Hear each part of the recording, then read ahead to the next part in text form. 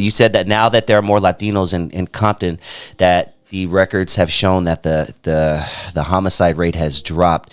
That is a huge statement just in itself, dude. So the fact that there's less black folks in Compton killing each other, the crime, it's dropped, is what we're saying? Yeah, man. Damn. I mean, wait, check this out. So many people have lost loved ones in Compton. They leave the city in a hurry and move to Moreno Valley and Lancaster. And then you go to Moreno Valley and Lancaster, there's a reunion out there for all the people from the hood. Okay? Exactly. And in most cases, when you left the hood and moved to Moreno Valley or Lancaster, the problem from Compton was in the back seat. The problem, you took the problem with you. Okay? Sometimes the problem may just be sitting right next to you. The problem may be driving the car. And these are the kind of things that it's sad to say, but keeping it 100, everybody ain't perfect. Ain't nobody perfect. But when you're trying to see something, to do something, and some people are stuck on the old school Compton no matter what. Some folks are going to be whatever they're going to be till the day they die. And as the new generations come around, they will realize the mistakes of the previous generations and iterate. What's the word I learned? Iterate and make changes. Okay, that's my new word. Iterate. What's iterate? Because I was about to look it up right now. Every time I hear a new word, I got to look it up. Iterate means when you see something, you keep changing it till you get it right. It's like most of the things that we do that have never been done before require iteration. Okay, this is my Harvard education speaking. Speaking of Harvard, I just completed that course today. I'm a Harvard. I can't say Harvard grad because I ain't go to Harvard school, but I ain't gonna tell nobody that job. But yeah, I have a certificate from Harvard University, leadership certificate, and 12-week course. Kicked my ass, but I did it, and I'll show it to y'all as soon as I get it. It's in the mail, baby. It's in the mail. But yeah, these are the kind of things we learn, because a lot of things that we do in life don't come with instructions, don't come with manuals, none of that shit. So you have to kind of constantly start doing something, and basically what the word means is build the plane as you fly it. Okay? Build the plane as you fly it. Start doing what you got to do, and sometimes you got to just, there's a wall. Let me back up and either go around, go side, under. How do I deal with this right here? And that's what iteration means. It means to constantly improve or change things as needed.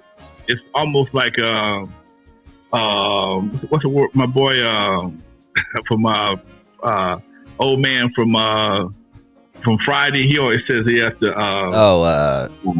coordinate. Coordinate. Okay, you have to coordinate. You have to be flexible. You have to think on the dime, be able to change things. Love it. And when I took the course, man, it was amazing because they would give us problems. And after I read the problems and took those problems and applied them to shit I've done in my personal life, I got it. Okay? I got it because basically ain't nobody gave me no book for hip hop. There was no book for hip hop, man. John Witherspoon, thank you, STEM Radio. There was no book for hip hop, dude. You just had to do it. And if you ran into a damn wall, you just either figure out a way to go around it or through it, over it, or whatever the case may be. And this is why I get pissed off when people try to take credit for shit they didn't do. Dude, you were not there doing this shit. You watched me do it or watched somebody else like me do it and jumped on the bandwagon. But you didn't do it. You just merged your way into the shit. You ain't started nothing. Who in the hell in 1984 there were no books on how to start a record company? None. There was no books on how to be a promoter. Okay? We watched each other and we stole from each other. Posters, flyers, radio. Oh my God. We thought radio was out of the question. But we eventually knocked on the door and it wasn't as bad as we thought it was. So yeah, Doc, and those who made the radio, we thought they were gods in the beginning. So yeah, iteration, man. Iteration is one of the things that I learned a lot about in how to just make shit happen. First of all, you got to start doing it, and once you start doing it, be prepared to change on a dime. All those plans and shit, that preparation, that analysis paralysis that some people get stuck in, because some people get stuck in the analysis paralysis. They want to do charts and graphs and blah. Man, sometimes that shit don't mean nothing. The wind blow change all that shit. Exactly. Okay?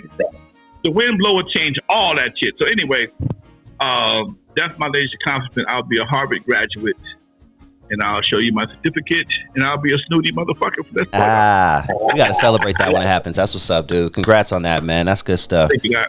Yeah, during the Sway interview, you mentioned a name that I've heard throughout my career. We've talked about him in the past, but not too much. But I actually won a rap contest back in the 90s, and I ended up getting tickets to one of his rap seminars. I got an 8-tape cassette case of his book, How to Succeed in the Music Biz. He was a super producer back in the day. You mentioned his name, Kashif. Can you talk to us a little bit about who Kashif was and break down for people who don't know? Kashif was a smooth Prince type dude. He was like a smooth Prince. He played all kind of instruments. He had his own sound. It was the sound of the 80s and 90s, man. He was right there. He was right around. He was before Jimmy Jam and Terry Lewis. Okay, he was before Jimmy Jam and Terry Lewis. And I'm willing to bet you they borrowed some of his style because that shit has the same kind of feel. Kashif produced Evelyn Champagne King. He produced the Evelyn Champagne King, Stephanie Mills. He produced a whole bunch of folks that I can't think of right now. So I'm trying not to stutter and stall. But yeah, he was a bad dude, man. And he wrote a book. He wrote one of the first books on the music industry. Yeah, I have it on tape still to this day. He made a shitload of money off that book, man. He made more money off that book probably than his music, because it was so well needed. He wrote like the Bible with contracts, the whole 9 yards. This when you had to have a real book. Wasn't no PDFs and some shit you could download. You had to go get the book. And here's a Lonzo Kashif story. No, I got one. The reason why Michel'le ended up doing Turn Off the Lights and not Mona Lisa, because when I called Mona Lisa, she finally got the message. Because back then, wasn't no cell phones to call nobody on their hip. You had to call her house, leave a message. If she checked her messages, she may call you. Okay? So Mona Lisa finally got back to me. She was in Connecticut working with Kashif. And she was going to be there for like 3 weeks. Because he was that kind of dude. He had live, everything was live. This is, the only thing he used that wasn't a live instrument was a machine called a Fairlight. Okay? If you know what a Fairlight is, you're a bad motherfucker. Okay? And you got to be an old motherfucker. Fairlight was the first, like a huge sampler. It had to be kept in a room. The main components had to be kept in an air-conditioned room. It had every sound, well, not every sound, almost every sound known to man. Fairlight could produce horns, keyboards. It could duplicate anything. And he was a master of that shit. And if you get some of his music, you'll hear what I'm talking about. It sounds real, but it's just a little bit off. Anyway, he always used background singers. And Mona Lisa was one of his singers, and she was contracted to work with him. I had studio time booked already. I'm trying to figure out who I can get, and Michel'le got the call. She got called up from the minors to the majors, and that's how Kashif changed hip hop. Yeah, he's since resting in peace. Is that correct? Yes, he died a few years ago. Man, just suddenly died. He was gone. Damn. Yeah. All right. That book, yeah. Became buddies, man. I wonder how many lives that book changed. That was an amazing book, and once again, I had it on tape, so I actually got to put it on my tape cassette and then turn it over to Second Side. It was really cool, man. That book had to change a lot of lives. Yeah, because it gave you an insight to the record business, man. I mean, even though I knew some things I learned from my lawyer, but it's still a lot of details that you didn't get directly unless you had to. It was a great reference, put it that way. It was a great reference. If you had questions about words and contracts, I learned perpetuity in that contract, in that book. Perpetuity, forever, forever, forever, forever, ever, forever, ever, ever.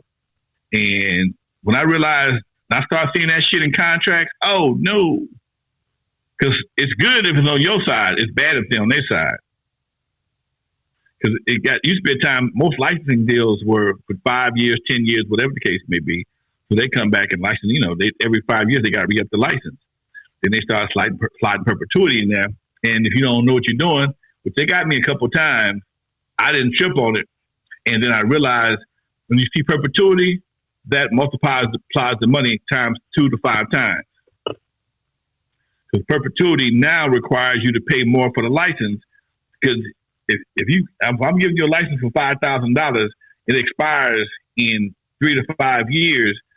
But now, then in 3 to 5 years, if you still want the license, you got to give me another $5,000. You may have to give me another $7,000, $10,000, depending on what the value of a song or that piece of material is. So now, with perpetuity being in place, you give me $5,000 perpetuity, you ain't give me shit. That's it. That's the deal. Okay. So now you get more money up front because you don't get no money on the back. But you got to understand that.